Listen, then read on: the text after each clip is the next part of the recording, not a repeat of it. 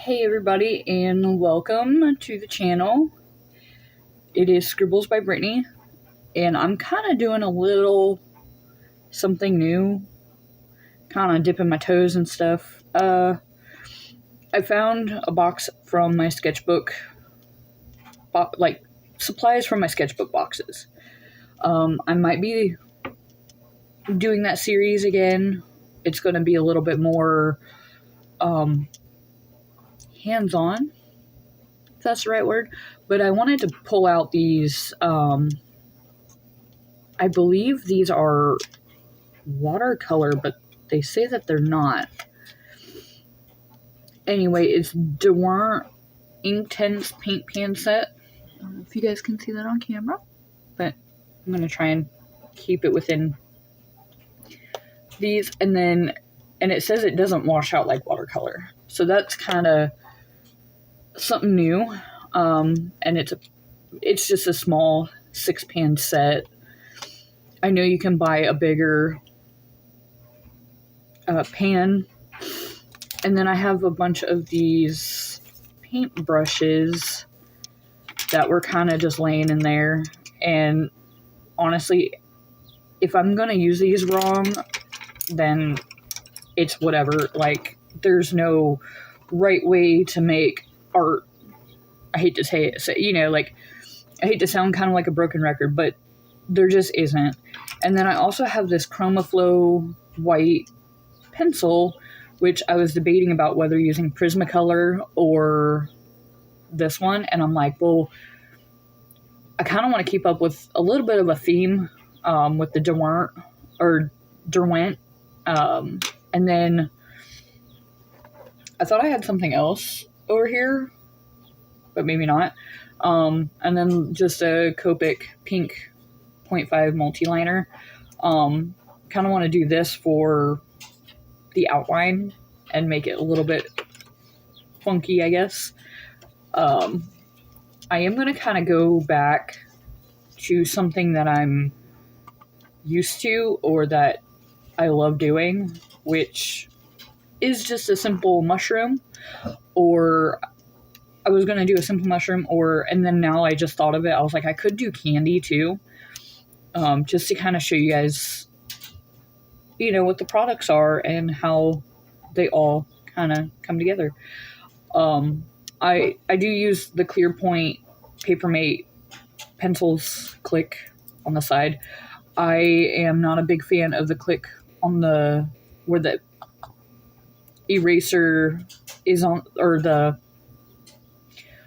traditional style. Like, I prefer this one because I don't like having my lead be tied to the eraser, because then it messes me up. I'm particular about my pencils.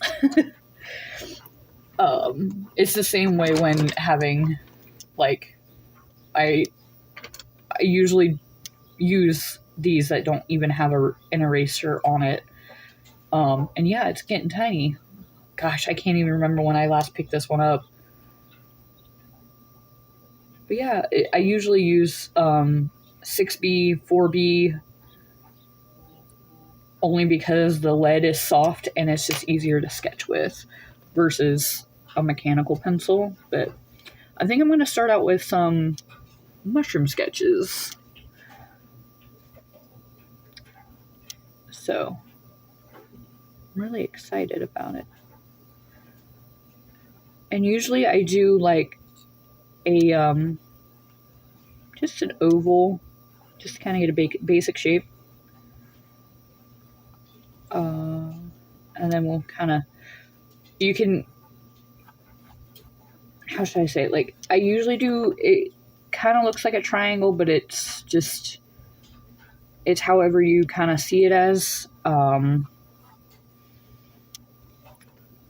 But that's kind of just the basis of what we're working with. And then you kind of go in with a half circle for the cap of the mushroom.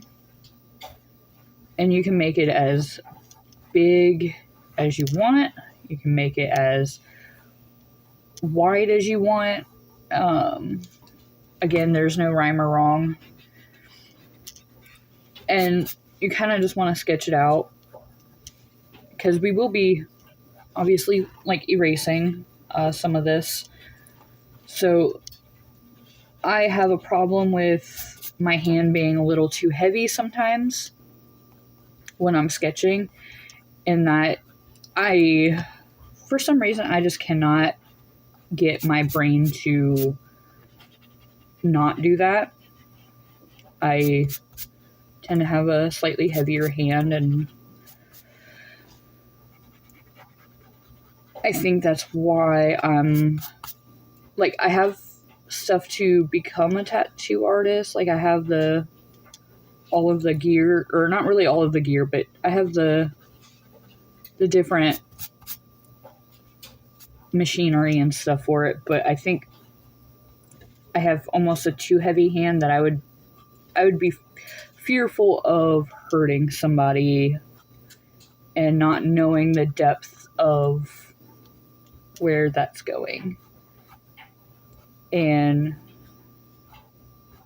yeah, I am really, really excited about getting this started for you. And the other type of pencil I use actually is the same. It's the same type, but it comes in colored lead. So if you are not comfortable with using graphite, you can use a colored pencil if you want. That's completely up to you. I know a lot of artists, if they're scanning in their artwork, they will use colored lead, because you can see the lines, especially if you are a graphic artist, like comic book artists. They do that. They'll have like a series of different layers, so it could be red, blue, and even graphite, and then, or like a dark colored lead, and that is something that they tend to do, and that's okay. I'm going to lighten this up a little bit more. Part of me wants to go in with the pink multi-liner, the pink Copic multi-liner. Oh, you know what I should have done? I should have tested my... Okay, you know what? I will do that, actually. I didn't think about it until just now, but I will actually test these with the multi-liner, so that way if there is a problem that I run into when it comes to... I want to do blue, just to kind of... Oh, that's a very vibrant blue. I really like that. That's very pretty. Very, very pretty. And I'm just kind of... Oh, the layers come... Okay. I'm not using... Like, I try not to use a whole lot of water, because you really want that vibrant color.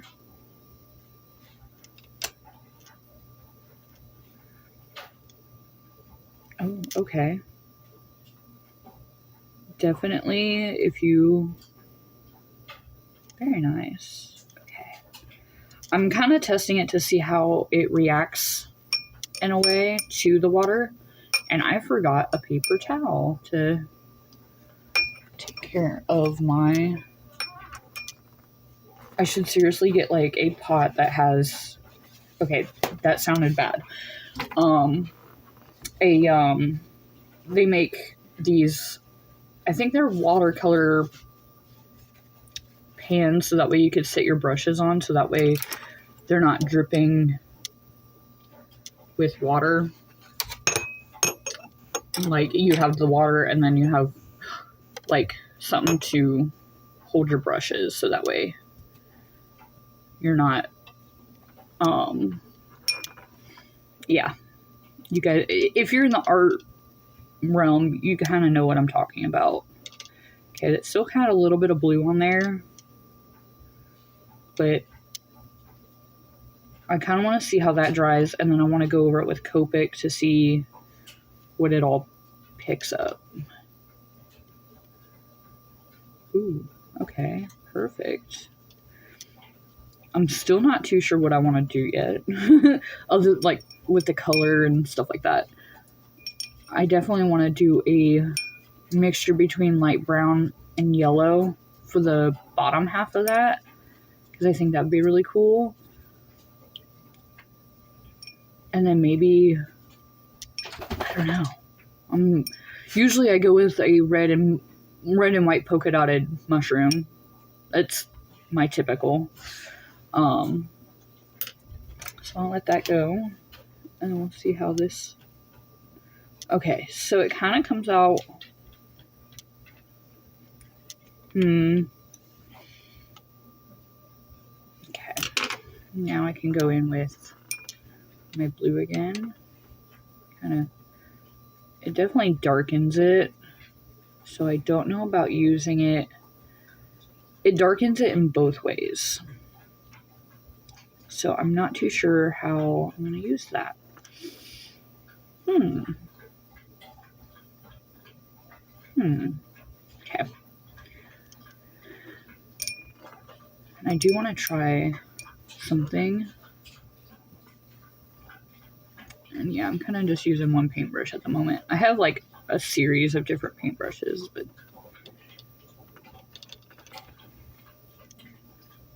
ooh, that yellow is so vibrant and so pretty. Okay. Oh, okay.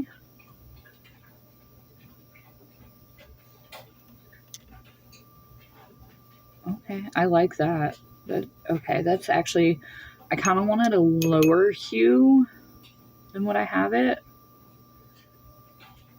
but I think that would work. Like, it's a very vibrant color, so trying to pull it to almost a pastel color might not be possible, unless I just kind of do this and just kind of pick it up off of a different sheet.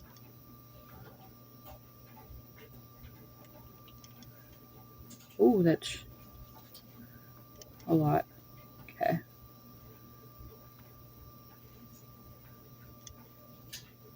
So we're just going to I kind of want to layer it lightly at first.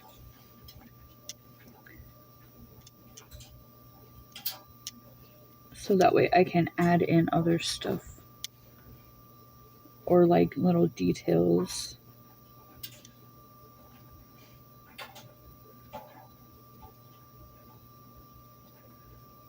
Okay. Very cute. I was not actually expecting to jump right in as much as I was, but that's okay. You kind of get a feel of how your colors and stuff look, and I kind of am mixing on a separate piece of paper, and when you get it just right and it works out,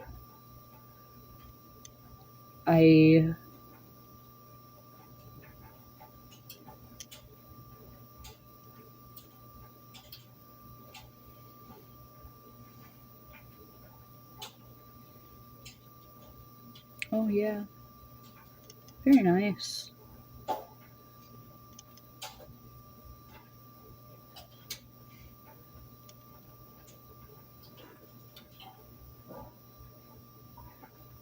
Okay, very cute.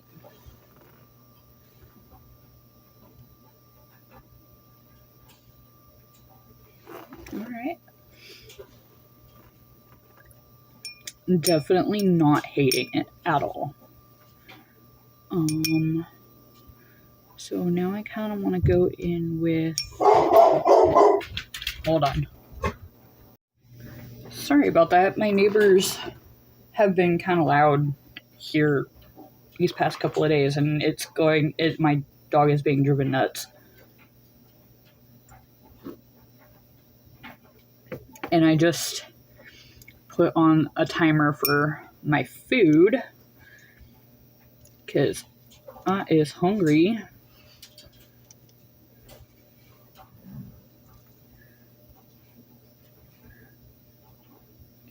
And we're gonna kind of go yellow underneath.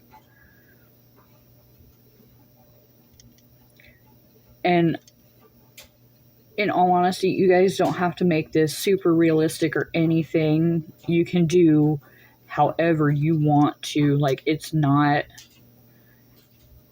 anybody's rule that you absolutely have to do a realistic mushroom study or a realistic this or that. Do whatever your heart desires. That's what I do. Because whatever your heart desires is what's going to make you happy. And how should I say, screw the rest of people. Like, don't worry about what other people are doing, because that's going to lead to unhappiness.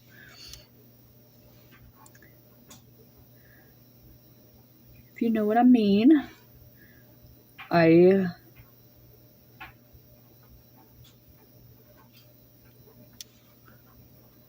wanted to go to Hobby Lobby today, but that might have to wait until Monday whenever I'm up and getting my car fixed. Yeah, like, it's not so much that I just noticed something, like, it's making a noise and I don't like it and it has me worried. And my lovely boyfriend, he's like, oh, well, I could fix it. I have a garage. And he's like, I'll just need it, need your car for a couple of hours and stuff. And I'm like, yeah, but I don't want, like, I didn't want to put that on him. And then my brother said the same thing. And I'm like, I don't want to put that guy, I hate to say it, but I'm kind of I'm a very independent female. I take care of my own stuff, and I don't want to bother anybody, which is kind of, I'll admit, it's kind of a trauma response, because whenever I've asked for help, it's gotten thrown back in my face, and I don't like it. So I would rather try to figure it out myself, or figure out how I'm going to do it myself, or, I don't like relying on people. And don't get me wrong, it's a good way to learn independence and how to take care of yourself, but it's also not the best, especially when being in a relationship, because it's just, it might hurt your partner because you're not relying on them or something, or like you're afraid to rely on them. And that's the thing, me and my boyfriend are both very hyper independent. He's also much older as well, so for the both of us to be hyper independent, it kind of, I'm not saying it's a bad thing. It is by far not a bad thing at all. I'm going to do a green mushroom. But it is definitely not, in order to relinquish that independence, that hyper independence from the trauma response, you kind of have to learn to give up some control. And for me, that is hard. And I think that's where I decided to step down as a team lead, because I had tried so hard to be all that I could be, but I could not give up certain things. And it was just easier if I did those certain things, and instead of, telling somebody to do it, because I just did not want to be let down based on my standards. And that's part of that control. Like, I have specific standards, somebody else may have different standards, and if somebody does not meet my standards, that's when it becomes a problem. And then I have kind of a resentment issue with that. Look at me, trauma dumping. Not really, but me working through some of that. And then the hyper independence is basically just being let down by people who should have been there and not receiving that as a child. But hey, like, that's, kind of talking through stuff like that, and sharing a lot of that, is therapeutic. And then, doing art in the sense, I am going to add some green down here. Oh, I didn't even realize this kind of looks like a leprechaun mushroom. Yeah, I didn't even, I did not even realize it. Oh no. Oh well, that's what we're here for. We're here to figure it out together. At least I don't have a rainbow background, like, pot of gold at the end of the rainbow. I mean, but anyway, goodness, it's hard to look back on things and realize that, oh yeah, this is why you do the things you do, and it's okay for a certain amount of time. Like, after that, you kind of have to, I don't know how to explain it, but kind of give yourself some grace and know that it's okay to lose a little bit of control. It's okay to be fun, and it's okay to be weird and all of that. Like, you don't have to be scared all the time or on alert all the time. And so I've been learning that. It's been hard. It's also been really hard being vulnerable. Oh my God. I was having a really rough day last Saturday. Or no. Well, it would have been Saturday morning. And came home. Well, so I went to the bank, came home, and then my boyfriend called me, and I was just like, I feel so sad right now, and I don't know why. And for the life of me, like, I just could not figure out why. And then it was just like, he was talking to me, and then it was like, he was trying to be gentle and pull it out of me. And sometimes gentle works, sometimes, like, why the hell are, like, it's not like, why the hell are you so sad? Like, there's no reason for you to be sad. And it's like, I don't know why, but sometimes you just need that push to be like, you don't need to be sad, it's okay. And then, like, I told him, I was like, I know it has absolutely nothing to do with me, but it's like I take on the emotions of other people, and that's what's kind of hard. And so, like, I feel, you know, like I can feel when I'm sad, but it's not my sadness, it's other people's sadness. And like he had successfully pulled that out of me, and it was like he was getting upset with somebody, and he was, you know, and I was like, I don't want him to hurt, you know, so like I was kind of feeling that. And then he's like, it's a me thing, like you don't have to worry about it. And I was like, I know I don't have to worry about it, but I care about you. And it's just working through all of that. And let me tell you what, like, I don't think I've ever had somebody actually like talk me through what I was feeling other than maybe a therapist. And I don't feel judged by him. Like, that's the biggest thing. Like,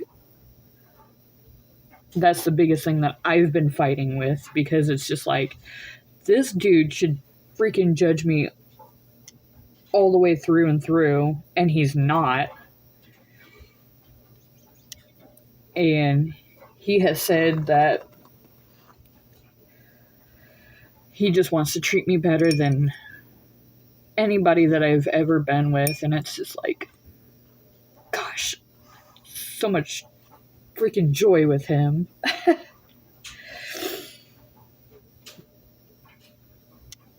So, but yeah, that's what I've been kind of going through.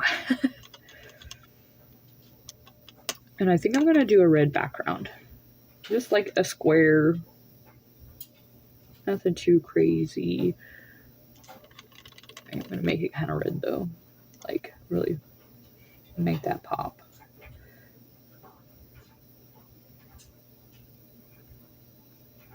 But yeah, so it's been really, really good. Just gotta make sure it's still kind of recording and stuff, because I don't know what the heck goes on with half my stuff anymore. But I will say he is a very special human. And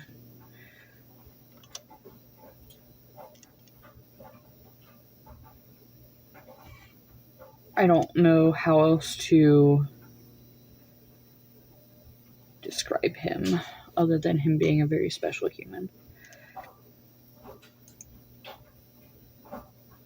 And there are things that I've told him about that I'm just like,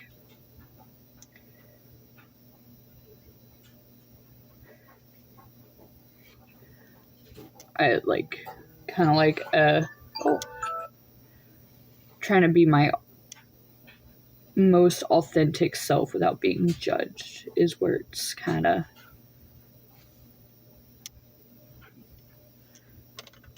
at, and there's nothing wrong with that.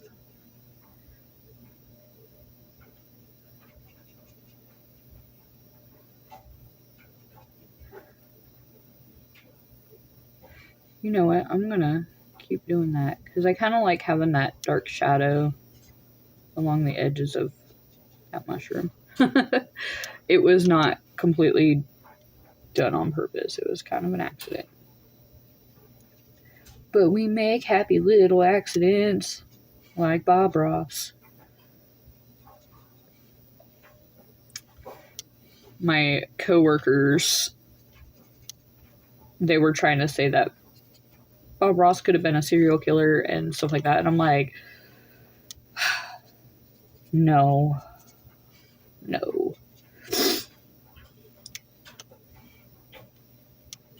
And they're like, how do you know that he isn't? And I'm like, how do you know that he was? Like,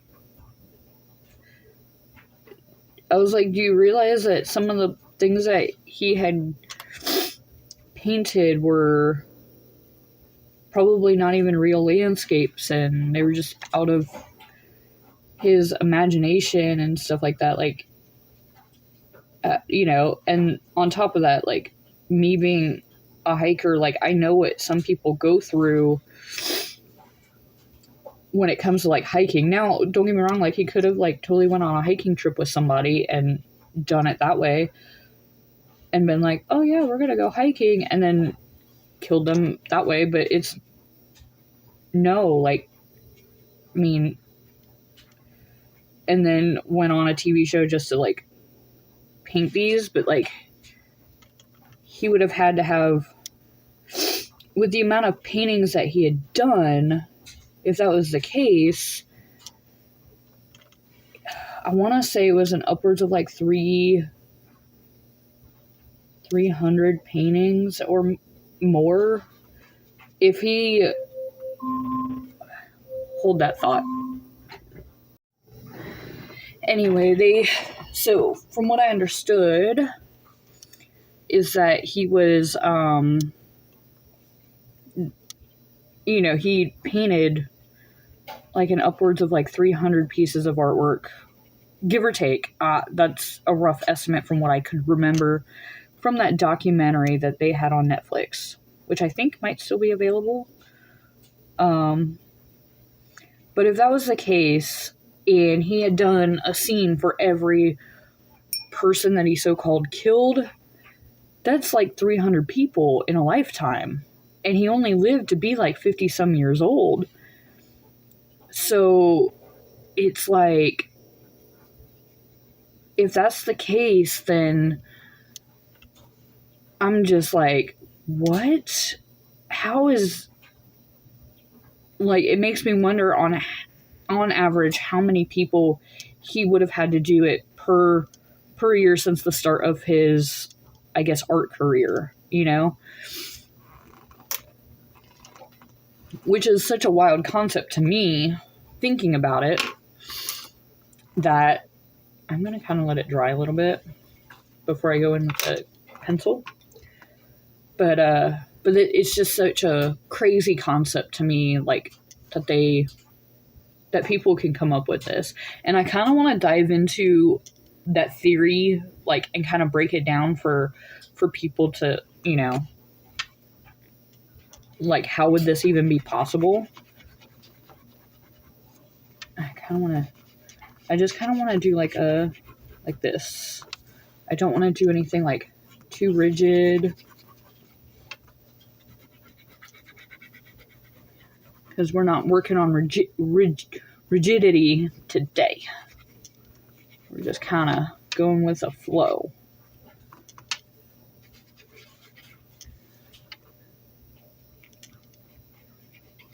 But yeah, it makes me giggle just a little bit to hear people's ideas. I kind of want to do like this with it. Yeah. It kind of adds a little bit of like fur, you know, like in some of those mushrooms where it's like kind of fans out.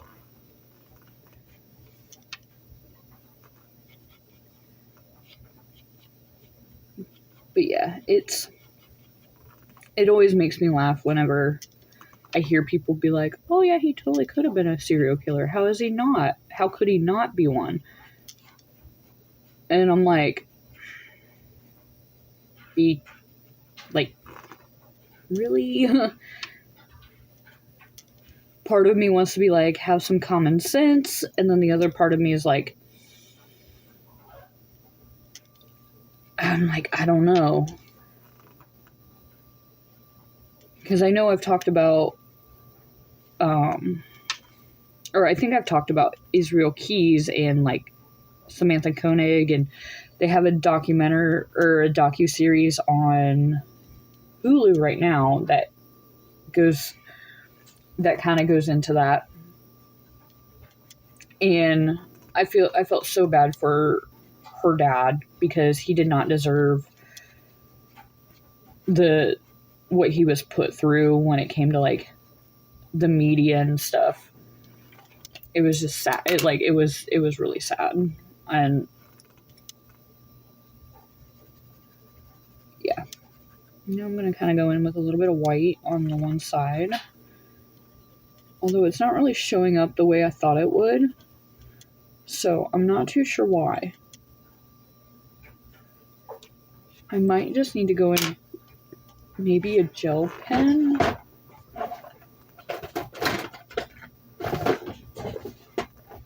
If I even have a gel pen available for use. Oh, the joys of being an artist. Oh, that's all other stuff. Is it in here?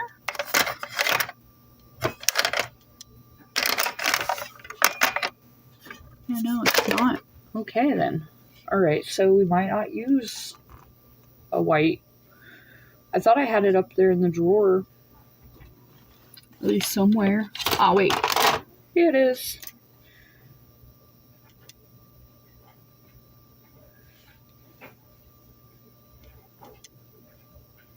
Although it's not really showing up either as highlights that I wanted it to be.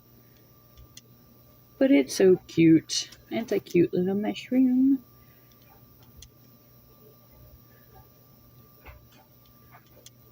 But yeah, and Israel Keys was a possible serial killer. Like, he claims that he killed X amount of people, but he was not on the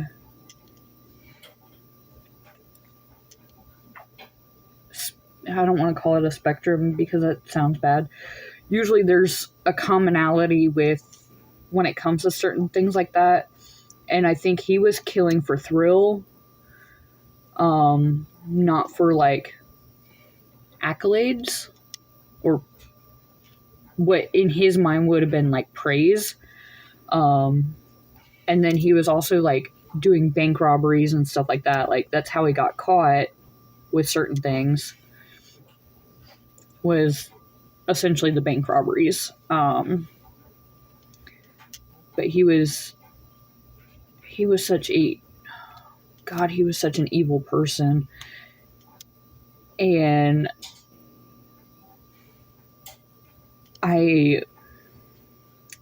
listening back to some of the footage in certain things, it makes me like physically ill hearing that. But yeah.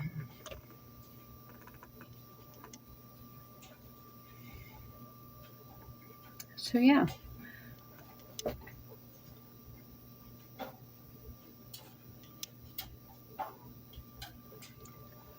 But here is the piece of artwork.